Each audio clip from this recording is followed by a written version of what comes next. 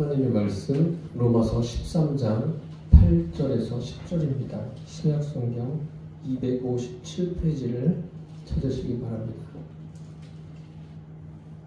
로마서 13장 8절에서 10절 말씀 함께 봉독하시겠습니다. 피차 사랑의 빛 외에는 아무에게든지 아무 빛도 지지 말라. 남을 사랑하는 자는 율법을 다 이루었느니라. 간음하지 말라, 살인하지 말라, 도둑질하지 말라, 탐내지 말라 한 것과 그 외에 다른 계명이 있을지라도 내 이웃을 내 자신과 같이 사랑하라 하신 그 말씀 가운데 다 들었느니라. 사랑은 이웃에게 악을 행하지 아니하나니 그러므로 사랑은 율법의 완성이니라. 아멘. 그 말씀은 참 짧습니다. 짧은데 성경적이고 기독교적인 사랑이 무엇인가를 우리에게 명확하게 제시해주고 있습니다. 사랑이 무엇일까요? 사랑은 인간 관계에 있어서 최고의 미덕입니다. 그것을 사랑으로 규정하는 것 같습니다. 사랑은 그 타인에 대한 애틋하고 간절한 마음, 그런 것을 사랑이라고 하지 않습니까? 최소한 그 사랑이라는 것은 이기적이어서는 안 됩니다. 자기 중심적이어서도 안 됩니다. 이타적이어야 돼요. 이타적이고 상대방을 배려하는 마음이 있어야 그것을 사랑이라 할 수 있습니다. 그렇기 때문에 지구상에 존재하는 모든 종교는 사랑이 있을까요? 있습니다. 모든 종교. 테러를 자행하는 이슬람, 그 강경파들, 그들에게도 사랑이 있습니다. 그들 나름대로의 사랑이 있겠죠. 그런데 왜 기독교를 특별히 세상 사람들은 사랑의 종교다, 우리가 말을 하지 않아도 기독교는 사랑의 종교다, 이렇게 말을 할까요? 이렇게 말하는 것은 요한일서 4장에 보면 하나님은 무엇이라고 기록되어 있습니까? 사랑이시다. 하나님 자체가 사랑이다라고 성경에 명시되어 있어요. 그러니까 하나님은 사랑이시기 때문에 기독교는 사랑의 종교다. 그래서 그리스도인들도 사랑이 있어야 된다, 이렇게 세상 사람들은 이야기를 합니다.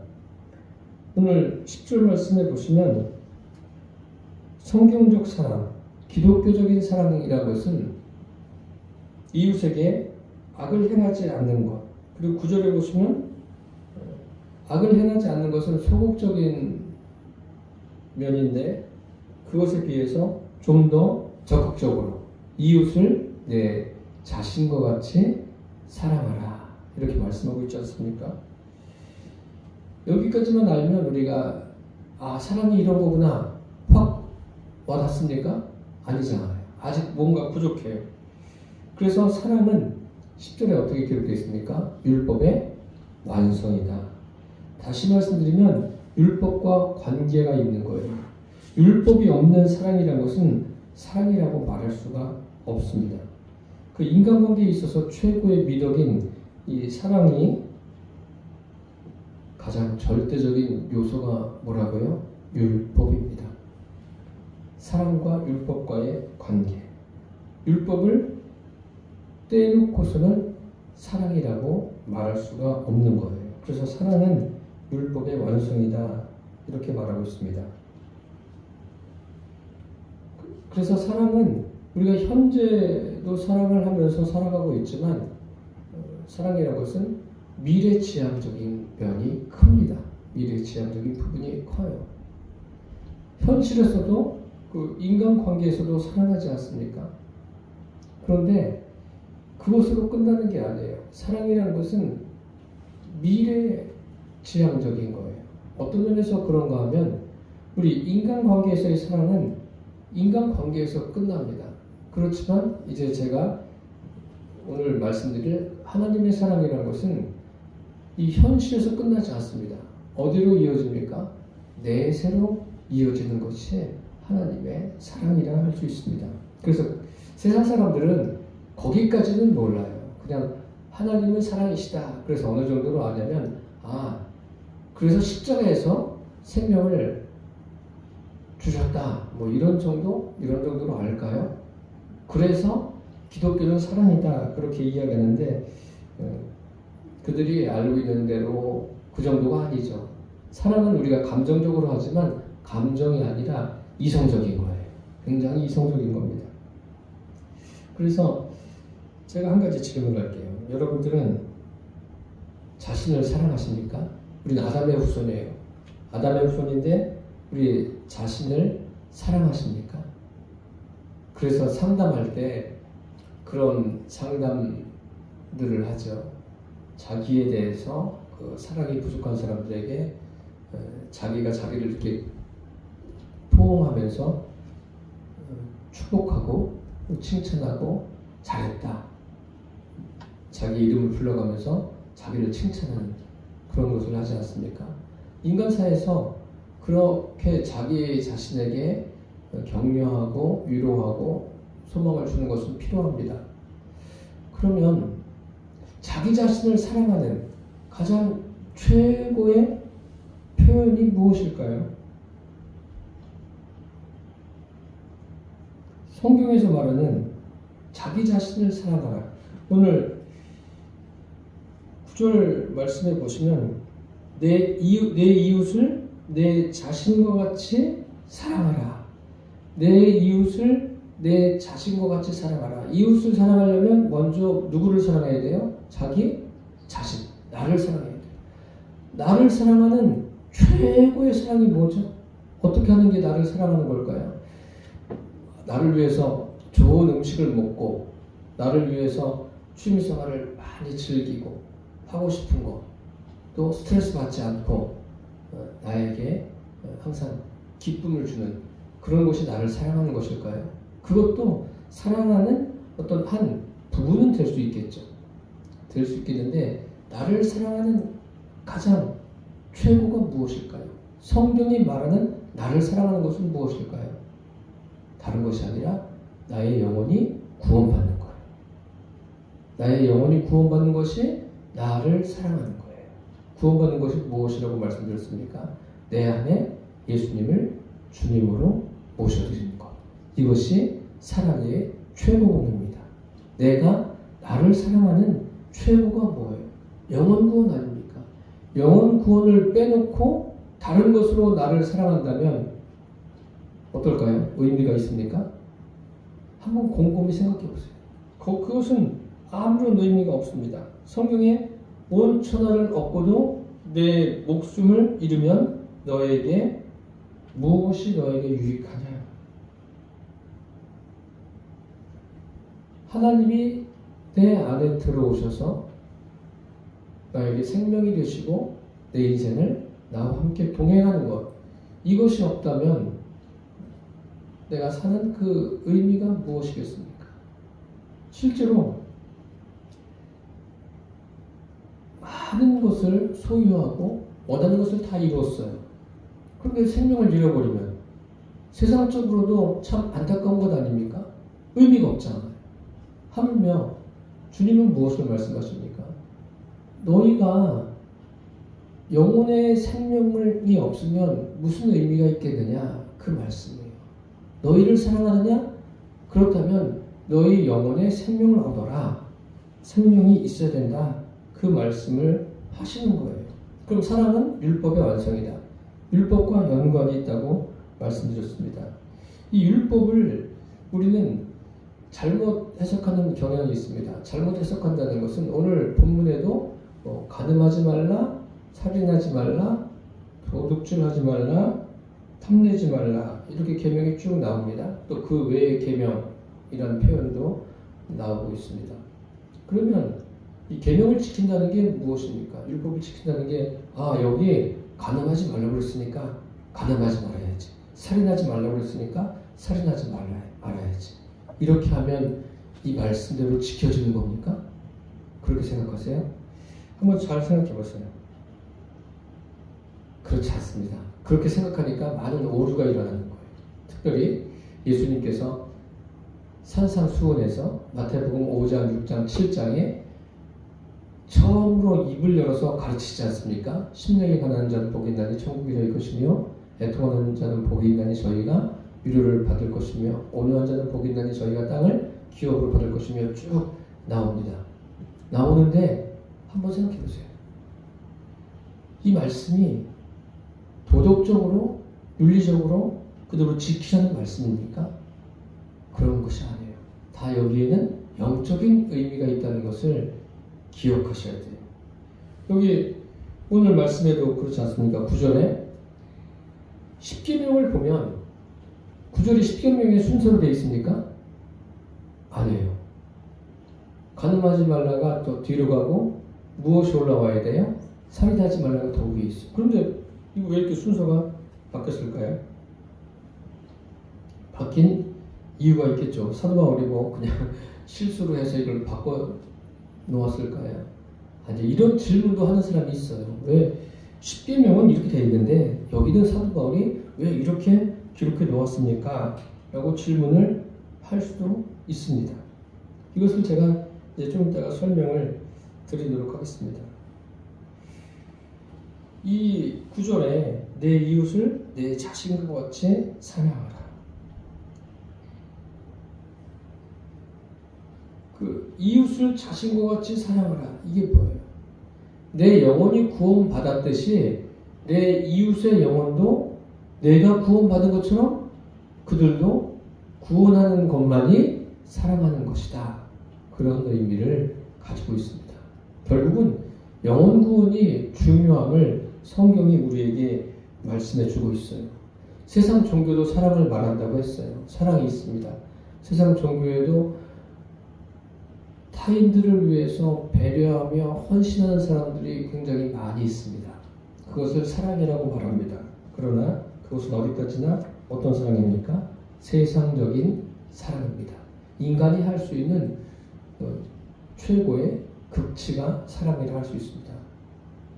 그것과 하나님이 말씀하시는 사랑과는 차이가 있습니다. 물론 단어적으로도 차이가 있죠. 신약성경에 헬라어에 보면 하나님의 사랑을 뭐라고 말합니까? 아가페라고 말합니다. 이것은 참 요즘은 사람들이 막 상식이 풍부해가지고 아가페 하면 사랑인 줄 압니까 모릅니까? 많은 사람들이 알고 있어요. 또 필레오 하면 그것도 사랑이야. 우정이라는 것을 알고 있죠. 많은 사람들이 이렇게 상식이 풍부해졌어요. 그런데 이것의 의미가 뭐냐? 아가페의 의미가 무엇인가는 우리가 명확하게 알고 있어야 합니다. 아가페만이 진정한 사랑임을 지금 성경이 말씀하고 있는 거예요. 고린도전서 13장 같은 경우에는 이런 표현이 있지 않습니까? 내가 있는 것을 다 팔아서 구제하고 내 몸을 불사르게 내어준다 할지라도 내게 사랑이 없으면 아무런 유익이 없다라고 말씀하고 있어요. 이것도 우리 이성적으로 이해하기가 참 어렵죠. 자기 몸을 불사르게 내주어서 다른 사람을 구원하는 그런 일들도 세상에 많이 있지 않습니까? 그것처럼 귀한 사랑이 어디에 있어요? 생명을 구원하는데 자기 목숨을 던져서 다른 사람을 살리는데 그것보다 귀한 게 어디에 있습니까? 그런데 하나님은 무엇을 말씀하냐면 그것도 귀하지만 그것도 인간의 삶에서는 유익이 있는 거예요. 인간의 삶에서는 유익이 있는데 그 영혼의 유익이 없다는 거예요. 그 말씀이에요. 전혀 유익이 안 된다는 것이 아니라 육신적인 삶에서 그런 것을 보면서 참 저런 사람이 있구나. 참 귀하다. 세상 살만 난다. 뭐 이렇게 말할 수 있지 않습니까? 그렇지만 자기 몸을 불사르게 내어주어도 하나님의 아가페, 하나님의 사랑이 없으면 그 사람에게 유익이 없다. 하나님의 사랑은 무엇입니까? 영혼 구원이에요. 그에게 영혼 구원이 없으면 유익이 없다라고 주님이 말씀하고 있는 거예요. 영혼 구원이 반드시 있어야 됨을 오늘 말씀하고 있습니다. 그래서 이 성경에서 정말 참 사랑이 무엇인가? 이것을 명확하게 해둘 필요가 있어요.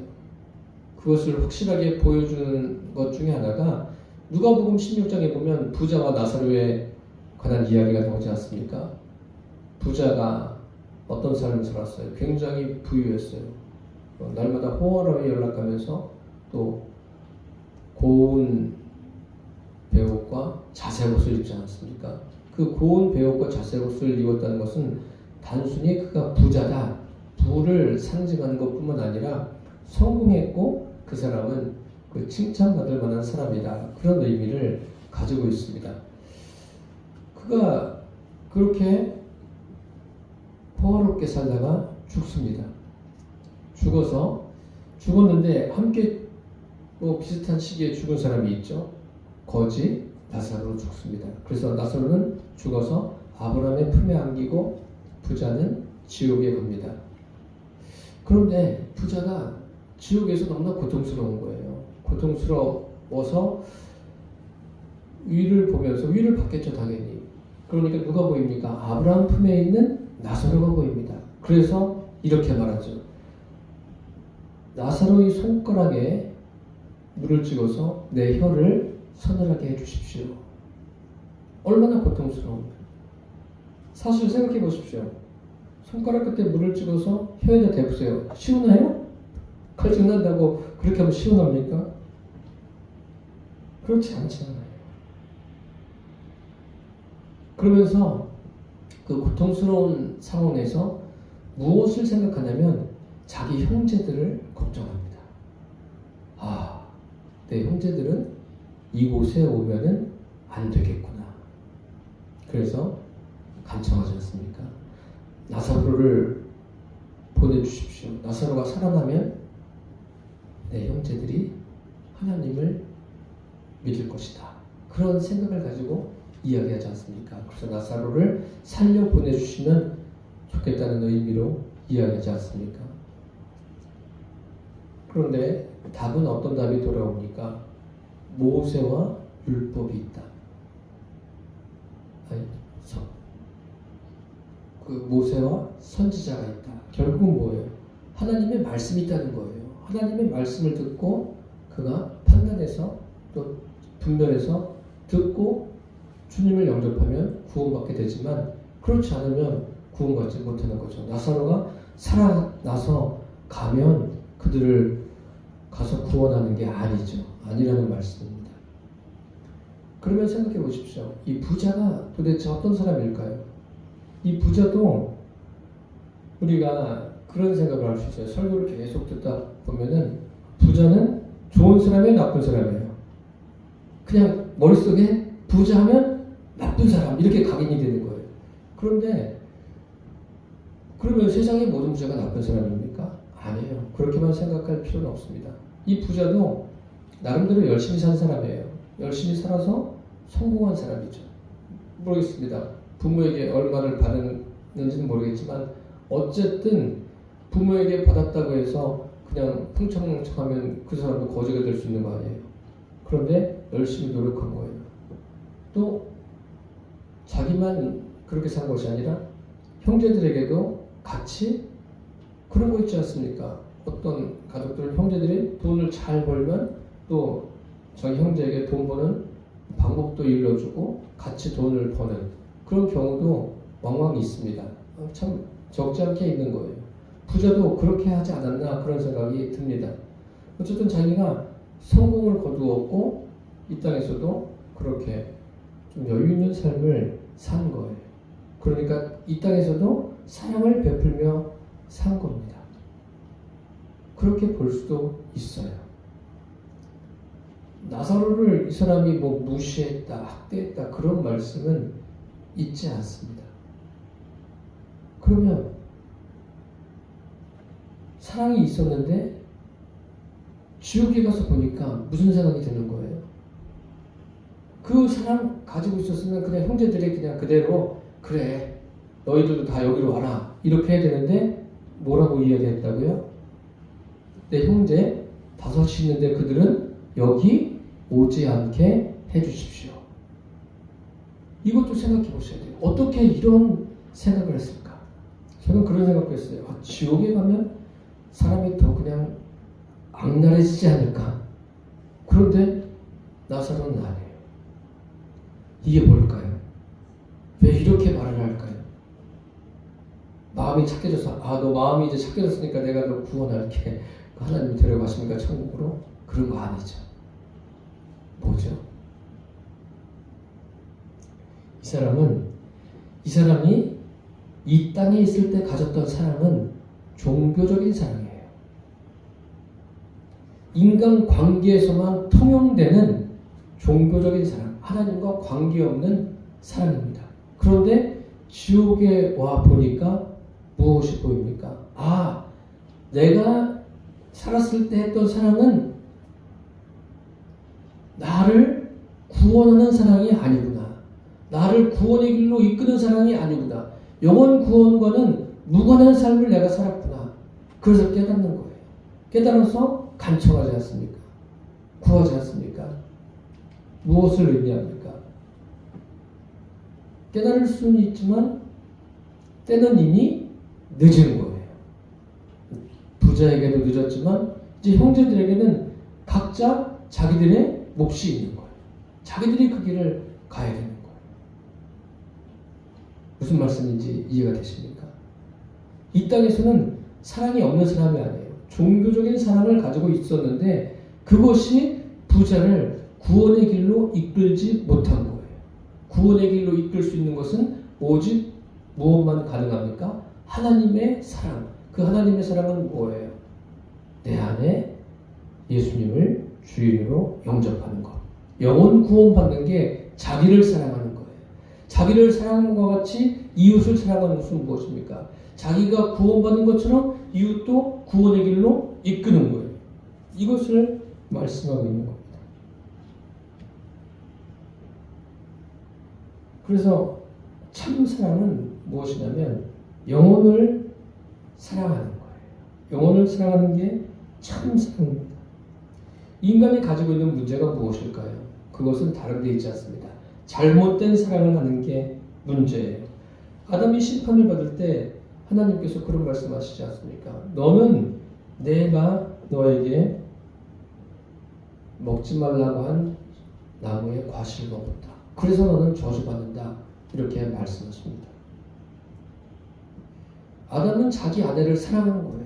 사랑했는데 무엇이 문제냐면 하나님보다 더 사랑한 게 문제인 거예요. 하나님의 말씀을 위에 두고 하나님을 사랑하는 게 먼저 가야 되는데 아담은 그렇게 하지 못했어요. 이것이 오늘날 교회의 문제일 수가 있습니다. 교회 안에서도 우리가 나누어야 되는 사랑은 무슨 사랑입니까? 하나님 사랑이에요. 아가페예요. 그 아가페를 서로 나눠야 돼요. 각자 구원받은 믿음을 가지고 있지 않습니까? 그 믿음으로 서로를 격려하고 사랑하고 교회에서 그 믿음으로 봉사하고 헌신하는 거예요. 그 인간의 어떤 의지를 가지고 하는 게 아닙니다. 성경에 보면 다 그런 말씀을 하고 있는 거예요. 오늘 본문 9절을 보시면 왜 간음하지 말라 이 말씀을 먼저 써놓았을까요? 사람들은 10계명 하면 저도 어릴 때도 그런 생각했어요. 10계명 하면 이 10계명을 내가 지켜야지. 그 생각이 굉장히 강했습니다. 그런데 지킬 수 있습니까? 못 지켜요. 율법을 왜 주셨습니까? 율법을 통해서 우리는 뭐예요? 율법이 인간 관계에서 하나님과의 관계로 이끄는 거예요. 인간적으로 안 돼요. 지킬 수가 없는 거예요. 율법은 죄를 깨닫게 하죠. 죄를 깨닫게 하고 인간으로서는 지킬 수 없구나라는 것을 알게 하는 거예요. 그러면서 누구를 향하게 합니까? 율법을 통해서 하나님을 향하게 하는 거예요. 율법은 그러한 목적을 가지고 있습니다. 그래서 문자 그대로 지키는 게 아니라 간음하지 말라가 왜 먼저 있습니까? 간음이라는 것은 영적 간음이 뭐예요? 우상숭배예요. 하나님을 떠나는 거예요. 하나님을 섬기지 않는 게 간음이에요. 그래서 오늘 본문 9절의 시작을 간음하지 말라. 그러니까 하나님을 떠나는 것. 하나님을 떠나서 하는 인간적인 모든 사랑은 아무런 의미가 없어요. 하나님을 떠나서 하는 모든 계명을 지키는 일들은 아무런 의미가 없어요. 도덕적으로 윤리적으로 아무리 차원이 높아도 그것은 의미가 없습니다. 무엇이 먼저야 됩니까? 하나님의 사랑이 내 안에 들어와야 돼요. 그게 구원받는 거예요.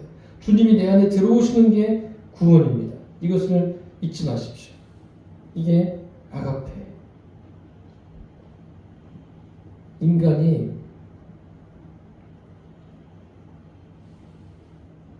그 세상적인 것을 너무나 사랑했기 때문에 하나님을 떠나는 거예요. 대표적인 예가 우리 아브라함에게 100세가 돼서 나온 아들을 요구하지 않습니까? 내 아들, 내 독자 이삭을 내가 네게 지시하는 한산 거기 가서 번제로 드리라. 아브라함이 드리지 않습니까? 이게 뭐예요? 내가 나보다도 더 이삭을 사랑하느냐? 아닙니다. 하나님을 사랑합니다. 그것을 아브라함이 우리에게 보여주고 있습니다. 그래서 구원은 인간 관계보다 하나님의 관계가 더 중요합니다. 이 땅에서도 사랑이 있죠. 인간 관계에서의 사랑이 있습니다. 어느 정도입니까? 우리 가시고기를 아시죠? 가시고기 순놈이 어떻게 합니까? 새끼들에게 자기의 몸을 다 내줘요. 얼마나 고귀합니까? 그 미물인데도. 사람들도 자녀들에게 다 헌신을 하는 부모들이 많습니다. 예전에는 많았는데 지금은 차츰 부모들도 그런 면에서 조금 어느 정도 선을 두고 있지 않습니까? 그런데 예전의 부모들은 다 내줍니다. 사랑 맞아요. 사랑 맞는데 거기에 하나님의 사랑, 자기의 영혼 구원받는 것이 없다면 그것은 본인에게도 유익하지 않고 타인에게도 유익하지 않다라는 게 성경의 말씀입니다. 무슨 말씀인지 이해가 되십니까? 오늘 말씀이 그것을 우리에게 보여주고 있는 거예요. 그래서 율법이라는 것은 방금 전에도 말씀드렸지만 인간 관계를 하나님의 관계로 끌어올리는 게 율법인 거예요. 율법을 통해서 나 자신을 깨닫고 하나님을 깨닫는 거예요. 그래서 하나님이 내 안에 들어오셔서 그 율법이 하나하나 해결되어져 가요. 그것을 오늘 말씀하고 있습니다. 그래서 우리가 이 율법을 볼 때 어떻게 볼 것이냐, 이거 참 중요합니다. 그래서 이 구원이라는 것은 다른 것이 아닙니다. 하나님의 아가페를 소유하는 것, 하나님을 내가 소유하는 거예요. 내 안에 예수님 들어오시면 소유가 된 것 아닙니까? 이 소유의 개념은 내가 소유했다고 해서 내 마음대로 막 하는 게 아니에요. 그분을 소유하면서 그분과 인격적인 교제 가운데 살아가는 것이 그것이 믿음입니다. 우리 오늘 본문 말씀에 피차 사랑의 빛 외에는 아무 빛도 지지 말라고 했어요. 사랑의 빛은 누구에게 짓는 거예요? 하나님께 짓는 거예요. 하나님께부터 받은 그 사랑을 가지고 이제 9절 말씀에 가늠하지 말라 쭉 시작하면서 내 자신을 사랑한 것처럼 내 이웃을 사랑하라. 다 영혼 구원입니다. 영적인 것을 이야기하고 있어요. 내 영혼이 구원받는 게 너 자신을 사랑하는 거고, 이웃을 사랑하는 것은 이웃에게 내가 영혼 구원 받았듯이 그들도 영혼 구원 받을 수 있도록 복음을 전하는 거예요. 이것이 사랑이고, 사랑은 결국 뭐예요? 율법의 완성이다 라고 말씀하고 있습니다. 사랑하는 성도 여러분, 그래서 복음서에 산상수훈에 마태복음 5장, 6장, 7장에 예수님이 말씀하신 그런 내용들이 있어요. 그것을 그냥 문자 그대로 지키려고 하는데 거기에도 영적인 의미가 있다는 것을 잊지 마십시오. 한두 가지만 말씀드리면 맹세하지 말라. 이건 뭐예요? 인간의 의지 아닙니까? 의지로 하는 것입니다. 맹세는. 결국 뭐예요? 인간의 사랑으로 하지 말라는 거예요. 필레오가 아니라 아가페로 하라는 거예요. 그리고 한 가지 더 말씀드리면 기도할 때 사람에게 보이는 게 아니라 은밀한 중에 보시는 하나님께 간구하라는 거예요. 이건 뭐예요?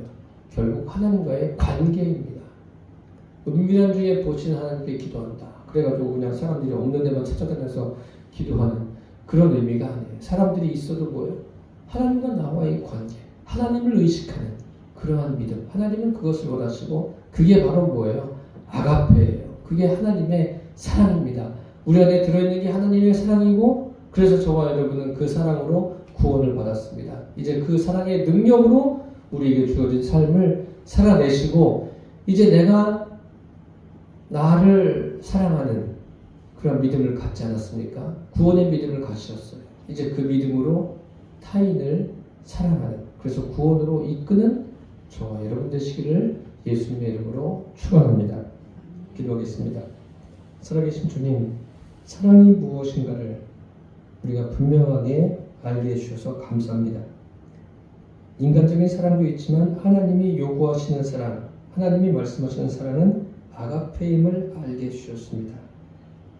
자기 자신을 사랑하는 것, 그것의 최고의 표현은 자기 영혼이 구원받는 것임을 알게 해주셔서 감사합니다. 이제 우리 영혼이 구원받았듯이 타인의 영혼을 구원의 길로 이끄는데 힘을 다하는 우리 모두가 되게 하여 주옵소서. 내 안의 열심이 아니라 내 안에 사랑을 부어주신 예수님의 사랑으로 그 일이 가능하게 하여 주옵소서. 그래서 사랑이 율법의 완성이 됨을 우리가 일상에서도 누리기를 소망합니다. 예수님의 이름으로 기도드립니다. 아멘.